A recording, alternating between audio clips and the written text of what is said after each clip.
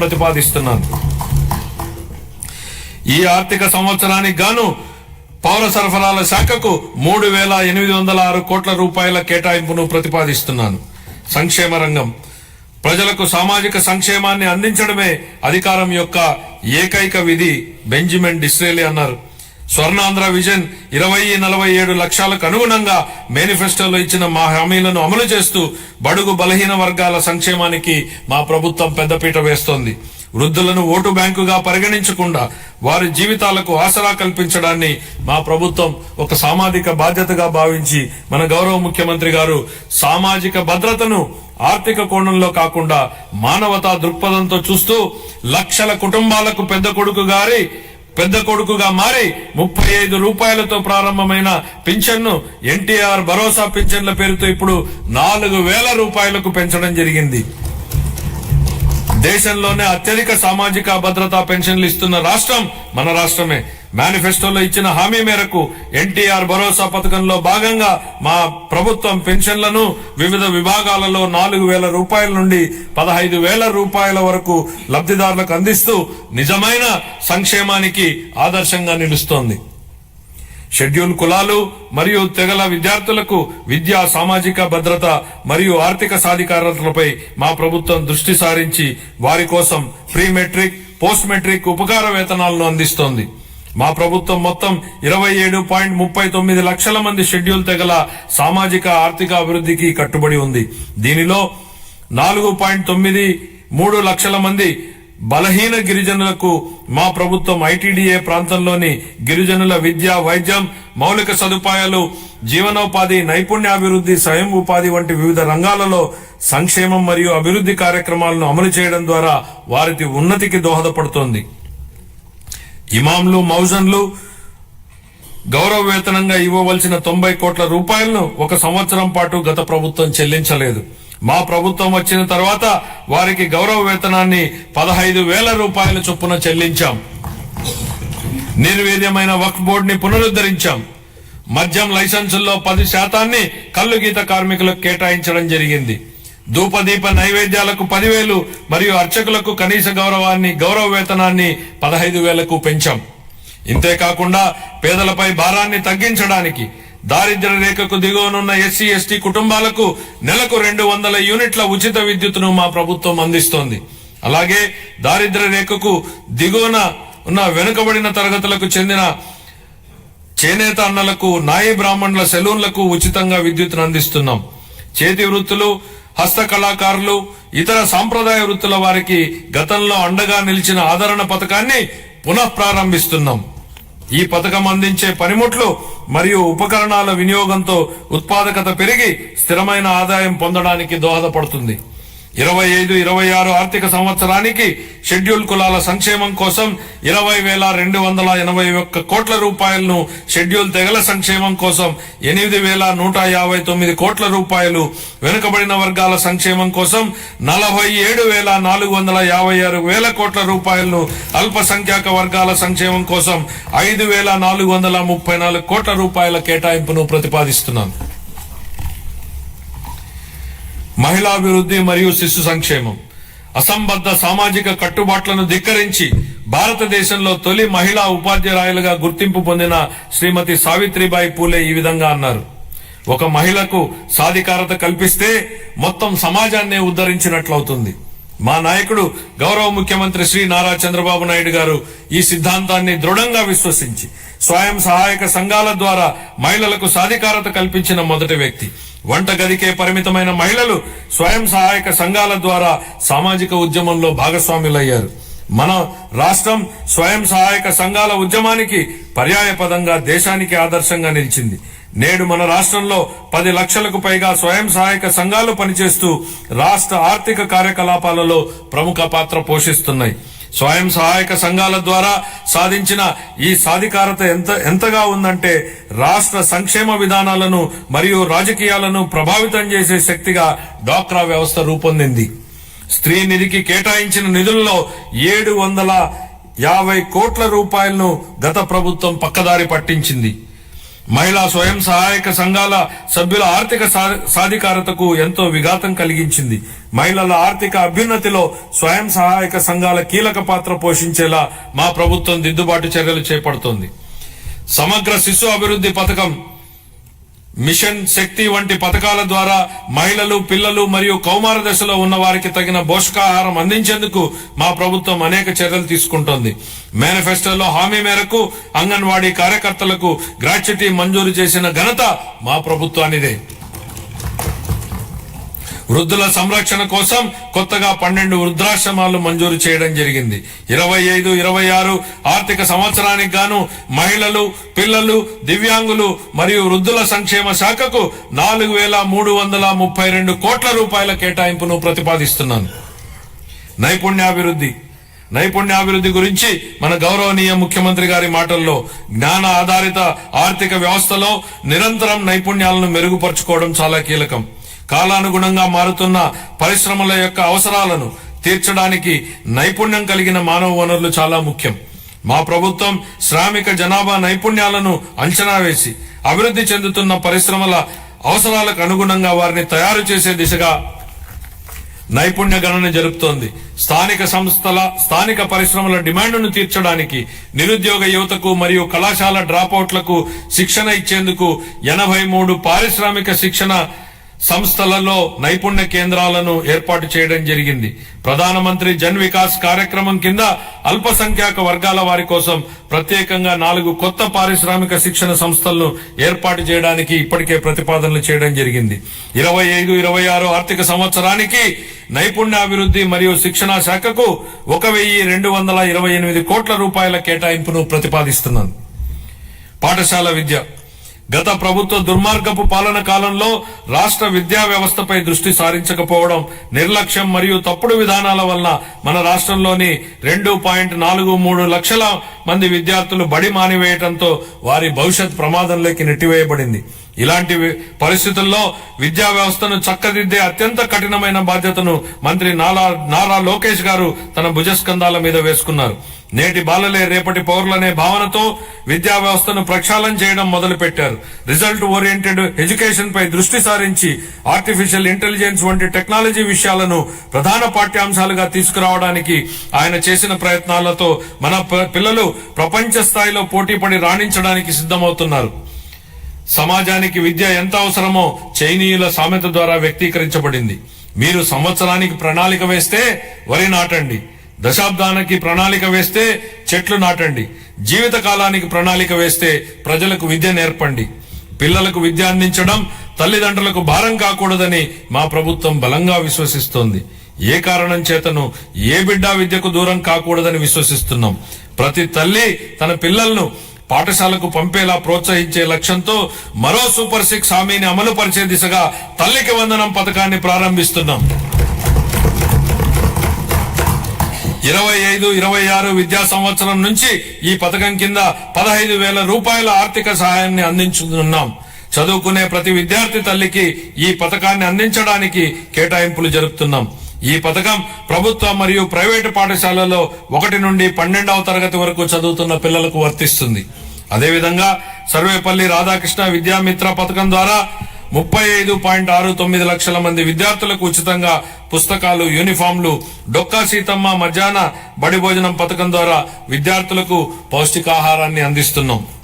ఉపాధ్యాయులకు స్నేహపూర్వక వాతావరణంలో కూడిన విద్యా వ్యవస్థ కోసం గౌరవనీయ మానవ వనరుల అభివృద్ధి శాఖ మంత్రి నారా లోకేష్ గారి చొరవతో మా ప్రభుత్వం అన్ని ప్రభుత్వ పాఠశాలలకు ఉచిత విద్యుత్తును అందించాలని నిర్ణయించిందని గౌరవ సభకు ఎంతో సంతోషంగా ప్రకటిస్తున్నాను. ఇది స్థానిక సంస్థలపై ఆర్థిక భారాన్ని తగ్గించడమే కాక ఉపాధ్యాయులు మరియు విద్యార్థులకు ఒత్తిడి లేని వాతావరణాన్ని కల్పిస్తుంది. 25-26 ఆర్థిక సంవత్సరానికి పాఠశాల విద్యాశాఖకు 31,805 కోట్ల రూపాయలను కేటాయింపును ప్రతిపాదిస్తున్నాను. ఉన్నత విద్య భవిష్యత్ సవాళ్లను విద్యార్థులకు సిద్ధం చేయడానికి మరియు అందరికీ సమాన అవకాశాలు కల్పించడం కోసం బలమైన సమ్మిళిత ఉన్నత విద్యా వ్యవస్థ నిర్మించడానికి ప్రభుత్వం అంకిత భావంతో ఉంది. ఈ కార్యక్రమం కింద మల్టీ డిసిప్లినరీ విద్య మరియు పరిశోధన విశ్వవిద్యాలయాల స్థాపన, పాలిటెక్నిక్ విద్యలో క్రెడిట్ ఆధారిత వ్యవస్థను ప్రవేశపెట్టడం, అధునాతన తరగతి గదులు, ప్రయోగశాలలు, డిజిటల్ లైబ్రరీలతో విద్యాలయాలను ఆధునీకరించడం వంటి కీలక నిర్ణయాల ద్వారా మన విద్యార్థులను అంతర్జాతీయ ప్రమాణాలకు అనుగుణంగా తయారు చేస్తున్నాం. ప్రపంచవ్యాప్తంగా ఉన్న ప్రముఖ 100 విశ్వవిద్యాలయాల్లో మన రాష్ట్ర విశ్వవిద్యాలయాలను నిలపడమే మేము లక్ష్యంగా పెట్టుకున్నాం. 25-26 ఆర్థిక సంవత్సరానికి గాను ఉన్నత విద్యాశాఖకు 2,506 కోట్ల రూపాయలను కేటాయింపును ప్రతిపాదిస్తున్నాను. ఆరోగ్య రంగం. గత ప్రభుత్వ పాలనలో ఆరోగ్య రంగం పూర్తిగా నిర్లక్ష్యానికి గురి అయిన విషయాన్ని మనం చూశాం అధ్యక్ష. సకాలంలో చెల్లింపులను చేయకపోవడంతో మందుల కొరత, సౌకర్యాల కొరత, సేవల కొరతకు కారణమైంది అధ్యక్ష. వైద్య రంగంలో దాదాపు 6,400 కోట్ల రూపాయల బకాయిలను వారసత్వంగా ఇచ్చారు అధ్యక్ష. దీనిలో 1,624 కోట్ల రూపాయలను చెల్లించి తిరిగి గాడిలో పెట్టేటువంటి ప్రయత్నాలు ప్రారంభించాం. నిర్లక్ష్యానికి గురైన వైద్యారోగ్య రంగాన్ని గాడిలో పెట్టడమే కాకుండా ఈ శాఖకు సంబంధించి ప్రజారోగ్యానికి సంబంధించి మేనిఫెస్టోలో ఇచ్చిన హామీలను అమలు చేస్తున్నాం. దీనిలో భాగంగా ఇప్పటికే ఉన్న ఎన్టీఆర్ వైద్య సేవ పథకానికి తోడుగా ప్రతి కుటుంబానికి నాణ్యమైన వైద్య సేవలు అందించేందుకు పేద మధ్యతరగతి ప్రజలకు ఆసుపత్రులకు వెళ్లిన వెంటనే ఎటువంటి ఇబ్బంది లేకుండా కార్పొరేట్ వైద్యం అందేలా పథకాన్ని రూపొందించాం. దీనిలో భాగంగా ప్రతి కుటుంబానికి 25 లక్షల రూపాయల ఆరోగ్య బీమా పథకాన్ని అందుబాటులోకి తీసుకొచ్చేందుకు మా ప్రభుత్వం ప్రణాళికలు చేపట్టింది. ఈ ఏడాదిలోనే ఈ పథకాన్ని అమల్లోకి తేనున్నాం. దీంతో పాటు ఆసుపత్రుల్లో మందుల సరఫరా, మెరుగైన వైద్య సేవలు, పారిశుద్ధ్యం వంటివి ఇప్పటికే చేపడుతున్నాం అధ్యక్ష. 25-26 ఆర్థిక సంవత్సరానికి వైద్య ఆరోగ్య మరియు కుటుంబ సంక్షేమ శాఖకు 19,264 కోట్ల రూపాయల కేటాయింపును ప్రతిపాదిస్తున్నాను అధ్యక్ష. పంచాయతీరాజ్ మరియు గ్రామీణాభివృద్ధి. గ్రామాలు శక్తి సంపన్నమై స్వయం సమృద్ధి మరియు సాధికారతలతో తొలతూగకపోతే దేశాభివృద్ధి అసంపూర్తిగానే ఉండిపోతుంది. దీన్ దయాళ్ ఉపాధ్యాయ అన్న మాటల అధ్యక్ష. గ్రామీణ ప్రాంతాల అవసరాలను తీర్చాల్సిన గురుతర బాధ్యతను గత ప్రభుత్వం విస్మరించింది. రహదారులు, తాగునీటి వంటి కనీస అవసరాలను పొందడం ప్రజల హక్కు అయినప్పటికీ గత ప్రభుత్వం వీటిపై దృష్టి పెట్టలేదు. స్థానిక సంస్థల నిధులను పక్కదారి పట్టించడం వల్ల మన రాష్ట్ర గ్రామీణ ఆర్థిక వ్యవస్థలపై ఇది ప్రభావం చూపి గ్రామ పంచాయతీల హోదాను దిగజార్చింది. గౌరవనీయ ఉప ముఖ్యమంత్రి శ్రీ పవన్ కళ్యాణ్ గారి మార్గదర్శకంలో ప్రజల జీవన ప్రమాణాలు మెరుగుపరచాలనే లక్ష్యంతో మా ప్రభుత్వం గ్రామీణాభివృద్ధిలో ముందడుగు వేస్తోంది.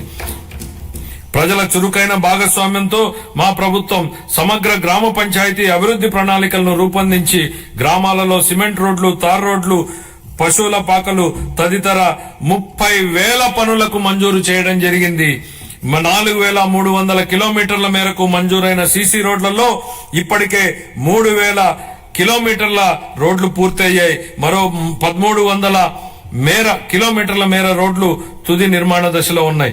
వీటి ఫలితంగా గ్రామీణ ప్రాంతాలలో పరిశుభ్రమైన వాతావరణం ఏర్పడి ఆర్థిక కార్యకలాపాలు, ఉపాధి కల్పన జరిగింది. గత ప్రభుత్వం 5 ఏళ్లుగా స్మార్ట్ ఎల్ఈడి వీధి దీపాల పథకాన్ని పూర్తిగా నిర్లక్ష్యం చేసింది. 150 కోట్ల రూపాయల మేరకు బకాయిలను చెల్లించడం ద్వారా మా ప్రభుత్వాన్ని ఈ కార్యక్రమాన్ని పునరుద్ధరించింది. కేంద్ర ప్రభుత్వం జల్ జీవన్ మిషన్ ను ఆగస్టు 15, 2019లో ప్రారంభించినప్పటి నుండి 2024-25 వరకు 13,499 కోట్ల రూపాయలను కేంద్ర ప్రభుత్వం కేటాయించినప్పటికీ గత ప్రభుత్వం మన రాష్ట్రాన్ని సకాలంలో విడుదల చేయకపోవడం వలన కేవలం 2,255 కోట్ల రూపాయలను మాత్రమే వినియోగించుకోగలిగింది.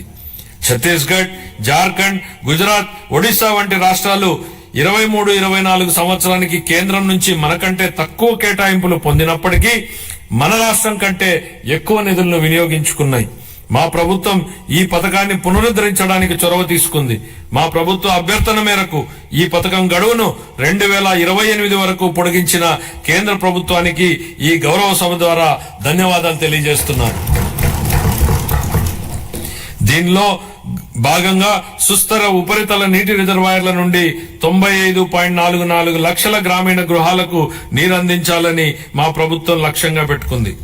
మహాత్మా గాంధీ జాతీయ గ్రామీణ ఉపాధి హామీ పథకం కింద 45.3 లక్షల కుటుంబాలకు చెందిన 72 లక్షల మందికి ఉపాధి కల్పించడం జరిగింది. మా ప్రభుత్వం రైతులకు మేలు చేకూరేలా పొలాలకు అనుసంధాన రహదారులు వేస్తోంది. అన్ని గ్రామాలలో స్వచ్ఛ భారత్ మిషన్ కింద ఘన మరియు ద్రవ వ్యర్థాల నిర్వహణ కార్యకలాపాలను చేపట్టడం వలన అవి పరిశుభ్రమైన మరియు ఆదర్శ గ్రామాలుగా మార్పు చెందనున్నాయి. గ్రామీణ ప్రాంతాల్లో మౌలిక వసతులు, రోడ్ల నిర్మాణం విషయంలో గత ప్రభుత్వాల నిర్లక్ష్యాల వలన భయంకరమైన భరింపశక్యం గాని వారసత్వం మా ప్రభుత్వానికి వచ్చింది అధ్యక్ష. పల్లెల్లో ఎక్కడ చూసినా గుంతలమైన రోడ్లే కనిపించాయి. వంతెనలు లేక కనెక్టివిటీ లేని గ్రామాలకు అనుసంధానం ఏర్పడుతున్న ఈ రోజుల్లో రోడ్లు సరిగా లేక గ్రామాలకు అనుసంధానం లేని పరిస్థితి గత ప్రభుత్వంలో ఏర్పడింది. ప్రధానమంత్రి గ్రామీణ సడక్ యోజన, ఆంధ్రప్రదేశ్ గ్రామీణ రహదారుల అనుసంధాన మరియు ప్రాజెక్టు మరియు జాతీయ వ్యవసాయ మరియు గ్రామీణాభివృద్ధి బ్యాంకు నిధుల కింద ఈ రోడ్లను అభివృద్ధి చేసే ప్రయత్నాలను ప్రారంభించాం. అన్ని వాతావరణ పరిస్థితులను తట్టుకోగలిగే రహదారులను నిర్మించి అనుసంధానతను కల్పించే దిశగా పీఎం జన్మన్ పథకం మన రాష్ట్రంలో అమలు చేయబడుతోంది. 2025-26 ఆర్థిక సంవత్సరానికి గాను పంచాయతీరాజ్ మరియు గ్రామీణాభివృద్ధి శాఖకు 18,847 కోట్ల రూపాయల కేటాయింపును ప్రతిపాదిస్తున్నారు. పట్టణాభివృద్ధి వేగంగా పెరుగుతున్న జనాభా దృష్ట్యా సమర్థవంతమైన పట్టణ ప్రణాళికను రూపొందించడం చాలా ముఖ్యం. పెరుగుతున్న పట్టణీకరణ అవసరాలను తీర్చడానికి అనుగుణంగా అభివృద్ధి చెందుతున్న నగరాలు మౌలిక సదుపాయాలను కలిగి ఉండాలి. రాష్ట్రాన్ని సర్వనాశనం చేసేలా ప్రణాళికాబద్ధంగా వికేంద్రీకరణ మంత్రాన్ని జపించిన గత ప్రభుత్వం బిల్లుల చెల్లింపు విషయానికి వచ్చేటప్పటికి మాత్రం కేంద్రీకృత విధానాన్ని అమలు చేసింది. ఉదాహరణకు మున్సిపాలిటీలలో చేసే చెల్లింపులను గత ప్రభుత్వం కేంద్రీకృతం చేసింది అధ్యక్ష. దీని ద్వారా స్థానిక స్వపరిపాలన స్ఫూర్తికి గత ప్రభుత్వం పాతరేసింది. మారుమూల మున్సిపాలిటీలో ఓ చిన్న మురుగునీటి కాలువ నిర్మాణానికి సంబంధించిన బిల్లులు సైతం రాష్ట్ర సచివాలయంలోని ఆర్థిక శాఖ కార్యదర్శి చెల్లింపులు జరిపే విధానాన్ని అమలు చేసింది. కేంద్రీకృత చెల్లింపుల విధానం నుంచి మున్సిపాలిటీలకు ఆర్థిక స్వేచ్ఛను కల్పించాలన్న గౌరవ ముఖ్యమంత్రి గారి ఆలోచనలకు అనుగుణంగా ఏప్రిల్ 1, 2025 నుండి మున్సిపాలిటీల బిల్లుల చెల్లింపును కేంద్రీకృత విధానం నుంచి వేరు చేసి బిల్లులు చెల్లించే అధికారాన్ని మున్సిపాలిటీలకే ఇస్తున్నాం. స్థానిక సంస్థలకు ఆర్థిక స్వేచ్ఛను కల్పించడం, వాటి పనితీరు మెరుగుపరచడానికి ఇదొక విప్లవాత్మక నిర్ణయం. ప్రజా రాజధాని అమరావతి. అసంబద్ధ రాష్ట్ర విభజన కారణంగా రాజధానిని కోల్పోయిన మన రాష్ట్రానికి అమరావతిని ప్రజా రాజధానిగా ఏర్పాటు చేసుకున్నాం. దీనికి ఆనాడు ఆమోదం తెలిపి అధికారంలోనికి రాగానే మాట మార్చారు. మాట మార్చడమే కాకుండా అమరావతి విధ్వంసానికి నడం బిగించారు. నాటి ప్రభుత్వ అరాచక విధానాలపై అమరావతి రైతులు పోరుబాటును ఎంచుకోవడం, తమని తాను కాపాడుకుంటూ ఈ రాష్ట్ర రాజధానిని కూడా కాపాడుకునేలా అమరావతి రైతులు చేసిన పోరాటాన్ని ఈ సందర్భంగా గుర్తు చేస్తున్నా అధ్యక్ష. తిరిగి రాష్ట్ర ప్రజల ఆకాంక్షలకు అనుగుణంగా రాజధాని పనులను పెద్ద ఎత్తున చేపట్టేందుకు సిద్ధంగా ఉన్నామని చెప్పడానికి సంతోషిస్తున్నాను అధ్యక్ష. రాజధాని అనేది ఓ ప్రాంతం కోసం కాదు, రాష్ట్ర అభివృద్ధి కోసం దోహదం చేసే గ్రోత్ ఇంజన్ గా అమరావతిని తీర్చిదిద్దాలనేదే మా ప్రభుత్వ లక్ష్యం. మహారాష్ట్ర అభివృద్ధికి ముంబై ఎంత కీలకమో, తెలంగాణ వృద్ధికి హైదరాబాద్ ఎంత ముఖ్యమో, మన రాష్ట్ర ఆర్థిక వ్యవస్థను ముందుకు తీసుకెళ్లడానికి అమరావతి నిర్మాణం కూడా అంతే అవసరం. గౌరవనీయ ప్రధానమంత్రి శ్రీ నరేంద్ర మోడీ గారి సహకారంతో ప్రపంచ స్థాయి మౌలిక సదుపాయాలు, పెట్టుబడులు మరియు ఉపాధి అవకాశాలను కల్పించడం ద్వారా అమరావతిని ముంబై మరియు హైదరాబాద్లతో సరితూగే ఆర్థిక శక్తిగా అభివృద్ధి చేయడానికి మా ప్రభుత్వం కృషి చేస్తోంది. అమరావతిని విధ్వంసం చేసేందుకు నాటి పాలకులు చెప్పిన మాటలను ఈ సందర్భంగా గుర్తు చేయాలనుకుంటున్నా అధ్యక్ష. రాజధాని నిర్మాణం కోసం అంత డబ్బులు ఇవ్వలేం కాబట్టి 3 రాజధానులు ఏర్పాటు అన్నారు. ఇవాళ మేం రాజధాని పనుల నిర్మాణం కోసం బడ్జెట్ నుంచి ₹1 కూడా కేటాయించలేదు అధ్యక్ష. కానీ రాజధాని పనులు ప్రారంభం కాబోతున్నాయి. మా ముఖ్యమంత్రి గారు చెప్పిన విధంగా అమరావతి సెల్ఫ్ సస్టైనబుల్ ప్రాజెక్ట్ అని నిరూపితమైంది. తనకు తానే ఆర్థిక వనరులు సంపాదించుకునే ప్రాజెక్ట్ అమరావతి అని కళ్ల ముందు కనపడుతోంది. ప్రపంచ బ్యాంకు, ఆసియా అభివృద్ధి బ్యాంకు మరియు హడ్కో వంటి ఆర్థిక సంస్థల సహకారంతో కేంద్ర ప్రభుత్వం ద్వారా అమరావతి నిధులు సమకూర్చుకునే ఏర్పాటును మా ప్రభుత్వం ఏర్పాటు చేసింది. దీంతో బడ్జెట్ సహాయం లేకుండానే స్వీయ పెట్టుబడి వనరులు కలిగిన రాజధాని నగర ప్రాజెక్టుగా అమరావతి మారింది. మా ప్రభుత్వం మున్సిపాలిటీల పరిధిలో చెత్త సేకరణకు వేసిన చెత్త పన్నును రద్దు చేసింది. చెత్త పన్ను ప్రస్తావన వచ్చిన నేపథ్యంలో ఓ విషయాన్ని సభ దృష్టికి తీసుకురాదలిచాను అధ్యక్ష. మీరు ఆనాడు ప్రతిపక్షంలో ఓ మాట అన్నారు. చెత్త మీద వేసిన చెత్త పన్నును ప్రస్తావిస్తూ నాటి పాలకుల మీద మీరు చేసిన వ్యాఖ్యలు పెను ప్రకంపనలు సృష్టించాయి. అది అక్షరాల నిజమని ప్రజలు తమ జూన్ 24 తీర్పు ద్వారా స్పష్టం చేశారు అధ్యక్ష. గత పాలకులు రాష్ట్రానికి అప్పులనే కాదు చెత్తను కూడా మనకు వారసత్వంగా వదిలేసి వెళ్లారు. రాష్ట్రంలో 83 లక్షల మెట్రిక్ టన్నుల చెత్తను ఎత్తకుండా వదిలి వెళ్లిపోయింది గత ప్రభుత్వం. కూటమి ప్రభుత్వం చెత్త పన్నుని రద్దు చేయడమే కాకుండా మళ్లీ స్వచ్ఛాంధ్ర దిశగా పనిచేస్తోంది అధ్యక్ష. పట్టణ పేదలకు రాయితీపై ఆహారాన్ని అందించే 204 అన్నా క్యాంటీన్లను ఇప్పటికే ప్రారంభించడం జరిగింది. 25-26 ఆర్థిక సంవత్సరానికి పురపాలక మరియు పట్టణాభివృద్ధి శాఖకు 13,862 వేల కోట్ల రూపాయలను కేటాయింపును ప్రతిపాదిస్తున్నాను అధ్యక్ష. గృహ నిర్మాణ పథకాల కింద 4,737 కోట్ల రూపాయలను గత ప్రభుత్వం చెల్లించకపోవడం వల్ల 4 లక్షల మంది లబ్ధిదారులు నష్టపోయారు. గృహ నిర్మాణానికి షెడ్యూల్డ్ కులాల వారికి అదనంగా 50,000 రూపాయలు మరియు షెడ్యూల్ తెగల వారికి అదనంగా 75,000 రూపాయలు ఆర్థిక సహాయం అందించాలని మా ప్రభుత్వం నిర్ణయించింది. మేనిఫెస్టోలో ఇచ్చిన హామీల మేరకు మా ప్రభుత్వం గత 7 నెలల్లో అసంపూర్తిగా ఉన్న 1,15,000 బలహీన వర్గాలకు చెందిన వారి ఇళ్లను పూర్తి చేయడం జరిగింది. ప్రస్తుతం కొనసాగుతున్న ప్రధానమంత్రి ఆవాస్ యోజన పథకాల కింద 26 మార్చి నాటికి 7 లక్షలకు పైగా ఇళ్లను పూర్తి చేయాలని మా ప్రభుత్వం ప్రతిపాదిస్తోంది. అలాగే జూన్ 25 నాటికి 2 లక్షల ఇళ్లను ఆంధ్రప్రదేశ్ టౌన్షిప్ మరియు ఇన్ఫ్రాస్ట్రక్చర్ కార్పొరేషన్ ఏపీ టిడ్కో ద్వారా అందించనున్నాం. 25-26 ఆర్థిక సంవత్సరానికి గాను గృహ నిర్మాణ శాఖకు 6,318 కోట్ల రూపాయల కేటాయింపును ప్రతిపాదిస్తున్నాను. జలవనరులు కరువు రహిత ఆంధ్రప్రదేశ్ దిశగా ఈ భూమిపై ఏదైనా అద్భుతం ఉందంటే అది నీరే అన్న లోరెన్ ఐస్లీ అమెరికన్ ఆంథ్రోపాలజిస్ట్ మాటలు గుర్తు చేసుకుంటున్నాం అధ్యక్ష. ఈ మాట నీటి ప్రాధాన్యతను వివరిస్తుంది అధ్యక్ష. సాగునీటి రంగాన్ని గత ప్రభుత్వం పూర్తిగా నిర్లక్ష్యం చేసింది. ఈ రంగాన్ని విధ్వంసం చేసింది. నీటి కోసం ఎదురు చూసే రాయలసీమ ఉత్తరాంధ్ర రైతులను నట్టేట ముంచింది. జీవనాడి లాంటి పోలవరం ప్రాజెక్టు మొదలుకుని పల్లెల్లో పిల్ల కాలువల నిర్వహణను కూడా సరిగ్గా పట్టించుకోకుండా వదిలేసింది. నిర్లక్ష్యం వల్ల గత ప్రభుత్వం హయాంలో కొట్టుకుపోయిన డ్యాంలని చూశాం. వాటి వైపు కన్నెత్తి చూడని పాలకుల్ని చూశాం. మరోవైపు తుంగభద్ర డ్యామ్ లో గేట్లు కొట్టుకుపోతే తెల్లారక ముందే పొరుగు రాష్ట్రానికి పరుగులు పెట్టించిన నేటి పాలకుణ్ణి చూస్తున్నాం. ఇది మాకున్నటువంటి చిత్తశుద్ధి. గరిష్ట స్థాయిలో 10,000 కోట్ల రూపాయలకు పైగా బిల్లుల బకాయిలు ఉండడంతో అన్ని సాగునీటి ప్రాజెక్టుల పురోగతి కుంటుపడింది. తమ కక్ష సాధింపు రాజకీయాలలో భాగంగా గత ప్రభుత్వం దీర్ఘకాలంగా నిలిపివేసిన నీరు చెట్టు బిల్లులు సైతం ఇందులో ఉన్నాయి. 4,600 కోట్ల రూపాయల బకాయిలను చెల్లించి మా ప్రభుత్వం నిలిచిపోయిన ప్రాజెక్టులను పునరుద్ధరించింది. మిగిలిన బిల్లులను కూడా త్వరలోనే చెల్లించనున్నాం. పోలవరం ప్రాజెక్టు ప్రస్తుత మరియు భావితరాల ప్రజలకు జీవితాలను మెరుగుపరుస్తుందని, అలాగే రాయలసీమ ప్రాంతం మరియు ఉత్తర కోస్తా జిల్లాల భవిష్యత్తును మారుస్తుందని మా ప్రభుత్వం బలంగా విశ్వసిస్తోంది. భవిష్యత్తును తీర్చిదిద్ది వ్యవసాయాన్ని పరిరక్షించి మన రాష్ట్రాన్ని నీటి భద్రత గల కరువు రహిత రాష్ట్రంగా మార్చే శక్తి ఈ ప్రాజెక్టుకుంది. మా ప్రభుత్వం ఈ ప్రాజెక్టు మొదటి దశకు గాను కేంద్ర ప్రభుత్వం నుండి 12,157 కోట్ల రూపాయలను పొందగలిగింది. ఇప్పటికి 73% పురోగతిని సాధించిన ఈ ప్రాజెక్టు 2027 నాటికి పూర్తి కానుంది. గోదావరి జలాలు ఏటా 2,000 టీఎంసీల నీరు సముద్ర పాలవుతున్న పరిస్థితి ఓవైపు, నీరు లేక ఎడారిగా మారుతున్న రాయలసీమ ప్రాంతం మరోవైపు. వృధాగవుతున్న నీటిని సద్వినియోగం చేసుకుంటూ ఆంధ్రప్రదేశ్ ను కరువు రహిత రాష్ట్రంగా మారుస్తూ రైతుల జీవితాలలో వెలుగు నింపే దిశగా బృహత్తరమైన పోలవరం బనకచెర్ల నదుల అనుసంధాన ప్రాజెక్టును మన గౌరవ ముఖ్యమంత్రి గారు శ్రీకారం చుట్టారు.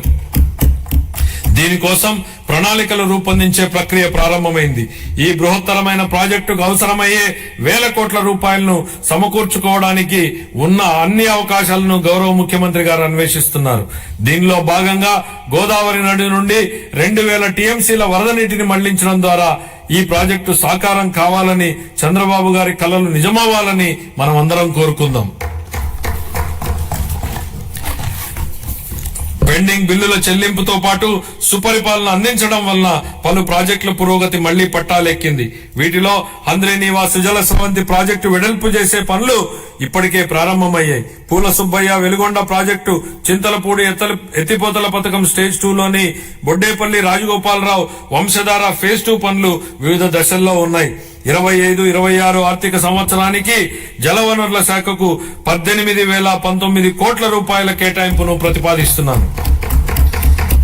పరిశ్రమలు మరియు వాణిజ్యం.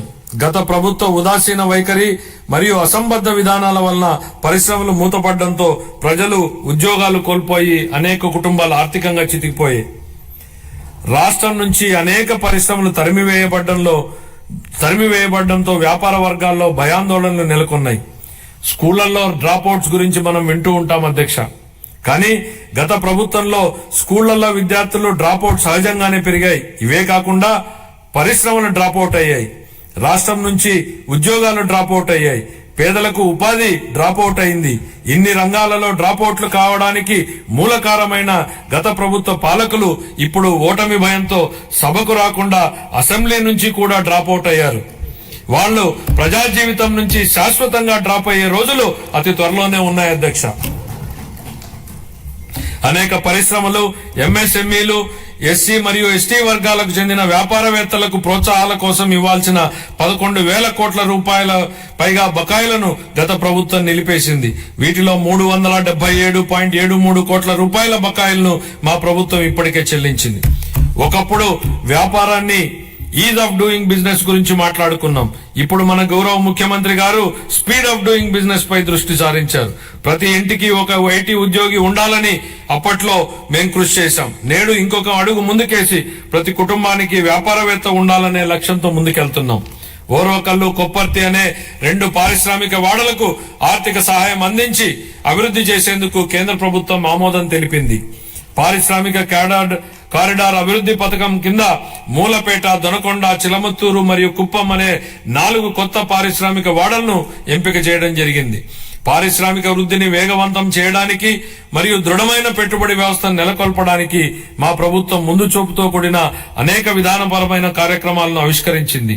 4 లక్షల మందికి ఉద్యోగ అవకాశాలు కల్పించే దిశగా ప్రధాన పెట్టుబడిదారులైన NTPC, green energy limited, Arcelor Mittal steel company, NHPC, BPCL, Reliance industries, LG electronics, TCS, Tata power, Greenko group, hero future energies, Ecoren ఎనర్జీల నుండి మా ప్రభుత్వం 6.3 లక్షల కోట్ల రూపాయల పెట్టుబడి హామీలను సాధించగలిగింది. ఈ సందర్భంగా పెట్టుబడుల సాధనలో శ్రీ నారా లోకేష్ గారి గురించి ప్రత్యేకంగా చెప్పాలి అధ్యక్ష. ఆర్సిలర్ మిట్టల్ స్టీల్ కంపెనీ రాష్ట్రానికి వచ్చేలా చేయడంలో ఆయనదే కీలక పాత్ర. అలాగే ప్రతిష్టాత్మక సంస్థలకు చెందిన డేటా సెంటర్లను రాష్ట్రానికి వచ్చేలా చేసే విషయమై లోకేష్ గారు దృష్టి పెట్టారు. 25-26 ఆర్థిక సంవత్సరానికి గాను పరిశ్రమలు మరియు వాణిజ్య శాఖకు 3,156 కోట్ల రూపాయలను కేటాయింపును ప్రతిపాదిస్తున్నాను. ఇంధన రంగం.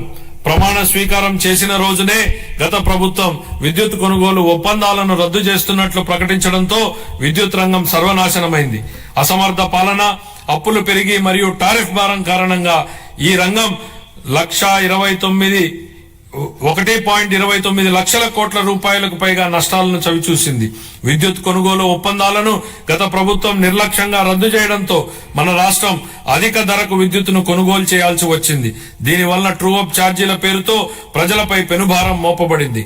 గౌరవ ముఖ్యమంత్రి గారి దార్శనిక నాయకత్వంలో మన రాష్ట్ర ఇంధన రంగం నేడు పునరుజ్జీవం పొందుతోంది.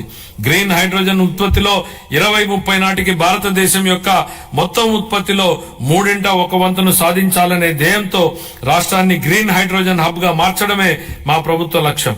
Andhra Pradesh integrated clean energy policy 24 పునరుత్పాదక ఇంధన తయారీ జోన్ల ఏర్పాటు చేయడం ద్వారా ఇంధన రంగంలో పెట్టుబడులను ఆకర్షించి 7.5 లక్షల మందికి ప్రత్యక్ష మరియు పరోక్ష ఉపాధి అవకాశాలను కల్పించే ప్రయత్నాలు జరుగుతున్నాయి. 25-26 ఆర్థిక సంవత్సరానికి గాను ఇంధన శాఖకు 13,600 కోట్ల రూపాయల కేటాయింపును ప్రతిపాదిస్తున్నాను. రవాణా మరియు రహదారి భవనాల శాఖ గత పాలకుల నిర్లక్ష్యం వలన మరియు నిర్వహణ లోపం వలన రాష్ట్ర రహదారులు అధ్వానంగా తయారవడంతో పాటు ఉన్న మౌలిక సదుపాయాల పురోగతి కూడా కొన్ని సంవత్సరాలు వెనుకకు మరలింది. రహదారుల పునరుద్ధరణకు చేపట్టినటువంటి పాట్ హోల్ ఫ్రీ ఆంధ్ర గణనీయమైన పురోగతిని సాధించింది. మరమ్మతులు చేపట్టిన 20,059 కిలోమీటర్లలో 17,605 కిలోమీటర్ల మేర రహదారి పనులు కేవలం 3 నెలల వ్యవధిలో పూర్తి చేయడం జరిగింది. అదనంగా జిల్లా ప్రధాన కేంద్రాల నుండి మండల ప్రధాన కేంద్రాల వరకు మరియు వాటిని ఆనుకుని ఉన్న మండల ప్రధాన కేంద్రాల మధ్య 2 వరుసల రహదారి అనుసంధాన పనులు చేపడుతున్నాం. వీటిలో భాగంగా ఆంధ్రప్రదేశ్ మండల అనుసంధాన మరియు గ్రామ అనుసంధాన మెరుగుదల ప్రాజెక్టు మరియు ఆంధ్రప్రదేశ్ రహదారులు మరియు వంతెనల పునర్నిర్మాణ ప్రాజెక్టుల కింద 2,522 కిలోమీటర్ల రహదారి విస్తరణ పనులు మరియు 464 వంతెన నిర్మాణ పునర్నిర్మాణ పనులు ఉన్నాయి. 25-26 ఆర్థిక సంవత్సరానికి రవాణా రహదారులు మరియు భవనాల శాఖకు 8,785 కోట్ల రూపాయలను కేటాయింపును ప్రతిపాదిస్తున్నాం. పర్యాటక మరియు క్రీడలు మరియు సంస్కృతి ఆంధ్రప్రదేశ్ పర్యాటక విధానం 24-29 ద్వారా మా ప్రభుత్వం పర్యాటక రంగానికి పరిశ్రమ హోదాను కల్పించడం జరిగింది. అత్యంత పర్యావరణ ప్రమాణాలతో కూడిన ప్రతిష్టాత్మక బ్లూ ఫ్లాగ్ సర్టిఫికేషన్ ను రుషికొండ బీచ్ నిలుపుకుంది. దీనికి తోడు అఖండ గోదావరి, గండికోట వంటి ఐకానిక్ పర్యటన ప్రాజెక్టులు పర్యాటకానికి అగ్రశ్రేణి గమ్యస్థానంగా రాష్ట్రం యొక్క ఖ్యాతిని ఇనుమడింపజేస్తున్నాయి. ఆంధ్రప్రదేశ్ క్రీడా విధానం 24-29 ద్వారా మెరుగైన క్రీడా సంస్కృతిని పెంపొందించడానికి మరియు క్రీడా నైపుణ్యాలను ప్రోత్సహించడానికి మా ప్రభుత్వం కట్టుబడి ఉంది. క్షేత్రస్థాయి క్రీడాకారులను ప్రోత్సహించి వారి క్రీడా శిక్షణను మెరుగుపరచడం ద్వారా మన రాష్ట్రాన్ని క్రీడా ప్రతిభకు ప్రముఖ కేంద్రంగా నిలబెట్టడమే ఈ క్రీడా విధానం యొక్క ముఖ్య ఉద్దేశం. 25-26 ఆర్థిక సంవత్సరానికి యువజన, పర్యాటక మరియు సాంస్కృతిక శాఖకు 469 కోట్ల రూపాయల కేటాయింపును ప్రతిపాదిస్తున్నాను.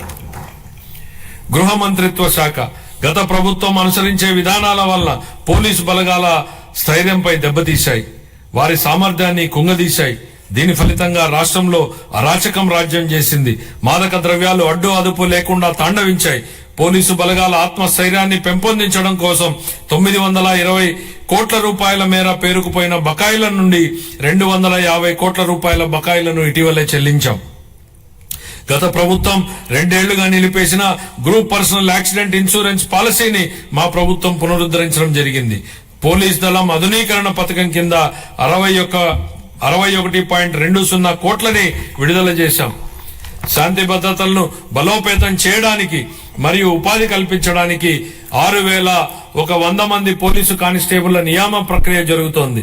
గంజాయి, ఇతర మాదక ద్రవ్యాల సాగు మరియు వీటి అక్రమ రవాణాను నిరోధించడానికి elite anti narcotic group of law enforcement eagle ను మా ప్రభుత్వం ఏర్పాటు చేయడం జరిగింది. సైబర్ నేరాల ముప్పు పెరుగుతుండటంతో ప్రతి జిల్లాలో ఒక సైబర్ పోలీస్ స్టేషన్ ని ఏర్పాటు చేయడానికి ప్రణాళికలు రూపొందించడం జరుగుతోంది. పోలీసు శాఖను మరింత చురుగ్గా తీర్చిదిద్దేందుకు వాహనాల కొనుగోలుకు మా ప్రభుత్వం కృషి చేస్తోంది. 25-26 ఆర్థిక సంవత్సరానికి గృహ మంత్రిత్వ శాఖకు 8,570 కోట్ల రూపాయల కేటాయింపును ప్రతిపాదిస్తున్నాను. రెవెన్యూ శాఖ గత ప్రభుత్వం ఆంధ్రప్రదేశ్ భూ హక్కు చట్టాన్ని సరైన జాగ్రత్తలు తీసుకోకుండా హడావిడిగా తీసుకొచ్చింది. ప్రజల నుండి వచ్చిన తీవ్రమైన ఒత్తిడి మేరకు ఈ చట్టాన్ని రద్దు చేసి భూ యాజమాన్యంపై ప్రజలకు ఉన్న భయాన్ని మా ప్రభుత్వం తొలగించింది. గ్రామ స్థాయిలో భూ సమస్యలను పరిష్కరించడానికి మా ప్రభుత్వం 17,403 గ్రామాలలో రెవెన్యూ సదస్సులను నిర్వహించి ఇప్పటి వరకు 90,315 అర్జీలను పరిష్కరించడం జరిగింది. సుమోటో కుల ధృవీకరణ విధానం ద్వారా రాష్ట్రంలోని అన్ని కుటుంబాలకు కుల ధృవీకరణ పత్రాలను ఆన్లైన్ లో అందుబాటులో ఉంచడం జరిగింది. ఫ్రీ హోల్డ్ భూముల పునఃపరిశీలన చేపట్టి పూర్తి చేశాం. రీసర్వే పూర్తయిన 6,688 గ్రామాలలో గ్రామ సభలను జరిపి ఫిర్యాదుల పరిష్కారానికి తాజా ప్రాదేశిక డేటాను నిర్వహించడం జరుగుతోంది. కార్మిక శాఖ దారిద్ర్య రేఖకు దిగువన ఉన్న కుటుంబాల భద్రత కోసం కుటుంబ యజమానికి చంద్రన్న బీమా పథకం అమలుకు సంబంధించిన విధి విధానాలను నిర్ణయించేందుకు వర్కింగ్ కమిటీ ఏర్పాటు చేశాం.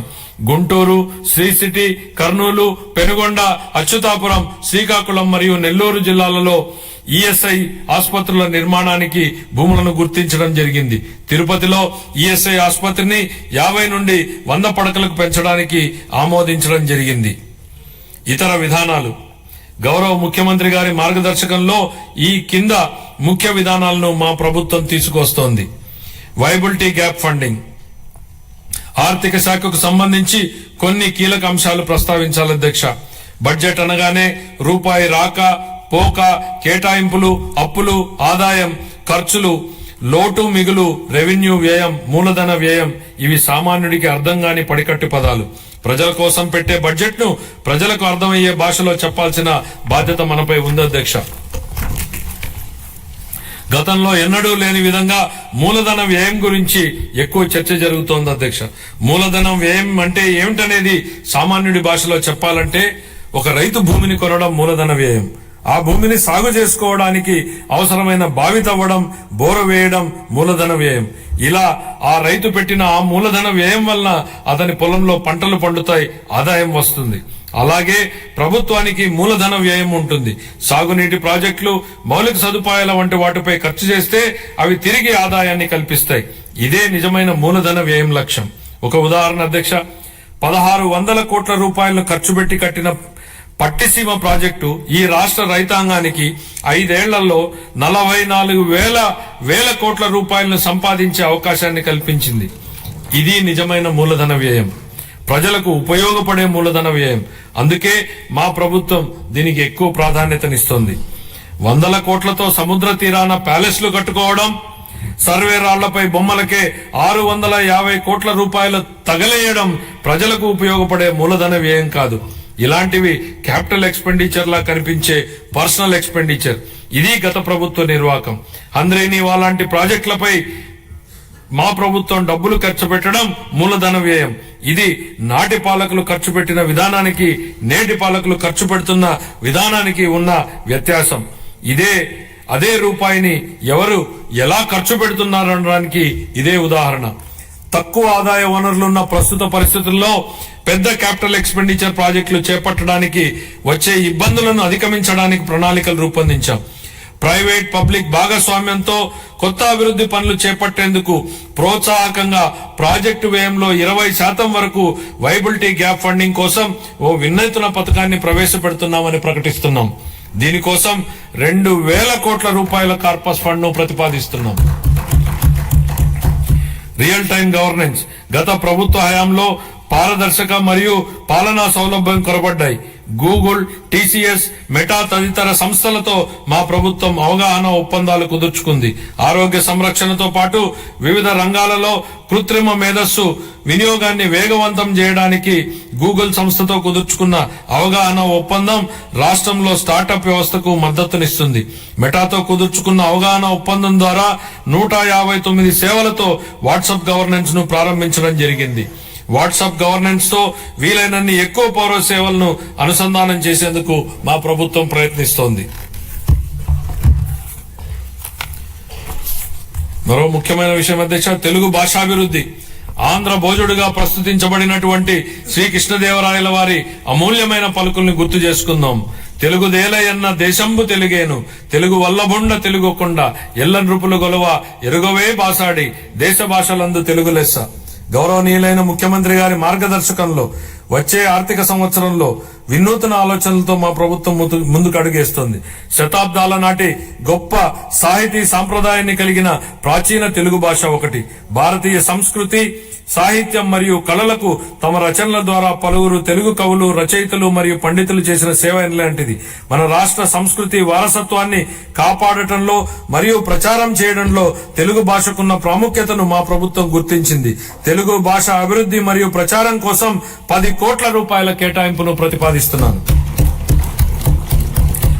నవోదయం. అక్రమ మద్యం ఉత్పత్తి నిర్మూలించడం కోసం 2016 సంవత్సరంలో అమలుపరచబడినటువంటి నవోదయం కార్యక్రమం విజయవంతమైంది. నేడు రాష్ట్రాన్ని అక్రమ మద్యం, మాదక ద్రవ్యాలు మరియు గంజాయి రహిత రాష్ట్రంగా మార్చాలనే ధ్యేయంతో మా ప్రభుత్వం నవోదయం 2.0 కార్యక్రమాన్ని ప్రారంభించింది. ఆల్కహాల్ డీ అడిక్షన్ కోసం పనిచేస్తున్న ప్రసిద్ధ సంస్థలతో కలిసి మా ప్రభుత్వం వ్యసనాల బారి నుండి ప్రజలను, ముఖ్యంగా యువతను రక్షించడానికి అవగాహన కార్యక్రమాలను విస్తృతంగా చేపట్టనుంది. ఈ కార్యక్రమానికి 10 కోట్ల రూపాయల కేటాయింపును ప్రతిపాదిస్తున్నాం. రతన్ టాటా ఇన్నోవేషన్ హబ్ ను మా ప్రభుత్వం అమరావతిలో ఏర్పాటు చేయనుంది. దీని ద్వారా నూతన ఆవిష్కరణలను ప్రోత్సహించడం, పారిశ్రామిక వ్యవస్థలను ఏర్పాటు చేయడం మరియు స్టార్టప్లకు మార్గదర్శనం వహించడం జరుగుతుంది. ఈ హబ్ మరో 5 జోనల్ కేంద్రాలతో అనుసంధానించబడుతుంది. ప్రతి కేంద్రానికి ఒక ప్రముఖ వ్యాపార సమూహం మద్దతు లభించడం వల్ల అభివృద్ధి చెందుతున్న రంగాల్లో సాంకేతికత మరియు నైపుణ్యాభివృద్ధి సులభతరం కానున్నాయి. కాలుష్య రహిత ఆంధ్ర. దేశ రాజధాని ఢిల్లీలోని పరిస్థితిని చూస్తే కాలుష్య ప్రమాదం స్పష్టంగా కనపడుతుంది. మన రాష్ట్రం కాలుష్యం బారిన పడకుండా మా ప్రభుత్వం చర్యలు తీసుకుంటోంది. హరిత శక్తిని ప్రోత్సహించి మరియు రాష్ట్రంలో పచ్చదనాన్ని 50% పెంచడానికి ద్వారా మా ప్రభుత్వం కృషి చేస్తోంది. ఈ చర్యలతో మన ప్రభుత్వం నెట్ జీరో ఎకానమీగా మార్పు చెందడానికి మా ప్రభుత్వం కృషి చేస్తోంది. 23-24 ఖాతాలు. ఆంధ్రప్రదేశ్ అకౌంటెంట్ జనరల్ వారు ఖరారు చేసిన ఆర్థిక లెక్కల ప్రకారం 23-24 ఆర్థిక సంవత్సరానికి గాను రెవెన్యూ లోటు 38,682 కోట్ల రూపాయలు మరియు ద్రవ్య లోటు 62,719 కోట్ల రూపాయలుగా చెప్పడం జరిగింది. రాష్ట్ర స్థూల దేశీయ ఉత్పత్తిలో రెవెన్యూ లోటు మరియు ద్రవ్య లోటు వరుసగా 2.7% గాను 4.41% గాను ఉన్నాయి. 24-25కు సవరించిన అంచనాల ప్రకారం 24-25 ఆర్థిక సంవత్సరానికి రెవెన్యూ వ్యయం 2,24,342 కోట్ల రూపాయలు కాగా మూలధన వ్యయం 24,072 కోట్ల రూపాయలు. 24-25 ఆర్థిక సంవత్సరంలో రెవెన్యూ లోటు దాదాపు 48,311 కోట్లు కాగా ఇదే కాలానికి ద్రవ్య లోటు దాదాపు 73,362 కోట్ల రూపాయలు. ఇవి రాష్ట్ర స్థూల దేశీయ ఉత్పత్తిలో వరుసగా 3.1% గాను మరియు 4.57% గాను ఉన్నాయి. 25-26 బడ్జెట్ అంచనాలు. 25-26 ఆర్థిక సంవత్సరానికి గాను నేను 3,22,359 కోట్ల రూపాయల వ్యయాన్ని ప్రతిపాదిస్తున్నాను. ఇందులో రెవెన్యూ వ్యయం అంచనా 2,51,162 కోట్ల రూపాయలు మరియు మూలధన వ్యయం అంచనా 40,635 కోట్ల రూపాయలు. ఇదే కాలానికి రెవెన్యూ లోటు 33,185 కోట్ల రూపాయలు మరియు ద్రవ్య లోటు 79,926 కోట్ల రూపాయలుగా ప్రతిపాదిస్తున్నాను. రాష్ట్ర స్థూల దేశీయ ఉత్పత్తిలో రెవెన్యూ లోటు 1.82% గాను ద్రవ్య లోటు 4.3% గాను ఉండవచ్చు. ముగింపు. గౌరవనీయ ముఖ్యమంత్రి శ్రీ నారా చంద్రబాబు నాయుడు గారి నాయకత్వంలో మన రాష్ట్రం ఆరోగ్యవంతమైన, సుసంపన్నమైన మరియు సంతోషకరమైన సమాజ నిర్మాణ దిశగా నూతన శకానికి నాంది పలుకుతోంది. హెల్తీ, వెల్తీ, హ్యాపీ స్టేట్ మా లక్ష్యం. స్వర్ణాంధ్ర 2047 ఎంతో ఆశావహం. ఇది కష్టతరమైనప్పటికీ సాధ్యమే. గత ఏడాది నుండి మన రాష్ట్రంలో జరుగుతున్న ప్రగతిశీల పరివర్తన మనమందరం ఆశావహ దృక్పథంతో, ఆత్మవిశ్వాసంతో గర్వంగా ముందుకు సాగడానికి కావలసిన ప్రోత్సాహం ఇస్తుంది. 1944లో సుభాష్ చంద్రబోస్ గారు భారత జాతీయ సైన్య సభ్యులతో ఇలా అన్నారు: నాకు రక్తాన్ని ఇవ్వండి, నేను మీకు స్వాతంత్రాన్ని ఇస్తాను. దేశ స్వాతంత్ర సాధనకు ఈ పిలుపు స్ఫూర్తినిచ్చింది. గొప్ప నాయకులు క్లిష్ట సమయాలలో తమ ప్రజలను ఉత్తేజపరిచి ప్రజల ఉజ్వల భవిష్యత్తు వైపుకు నడిపిస్తారు. ఈ సందర్భంగా మహాకవి శ్రీశ్రీ గారి మాటల్ని గుర్తు చేసుకుందాం. నేను సైతం ప్రపంచాగ్నికి సమిధనొక్కటి ఆహుతి ఇచ్చాను, నేను సైతం విశ్వవృష్టికి అశ్రు ఒక్కటి ధారపోశాను. ఈ స్ఫూర్తితో గౌరవ ముఖ్యమంత్రి శ్రీ నారా చంద్రబాబు నాయుడు గారి నాయకత్వంలో నేను, మీరు, మనమందరం మనవంతు తోడ్పాటు అందించి స్వర్ణాంధ్ర ప్రదేశ్ లక్ష్య సాధనను సాకారం చేసుకుందాం. ఈ మాటలతో ఇప్పుడు మన రాష్ట్ర బడ్జెట్ ను గౌరవ సభ ఆమోదం కోసం ప్రతిపాదిస్తున్నాను. జై ఆంధ్రప్రదేశ్, జై హింద్.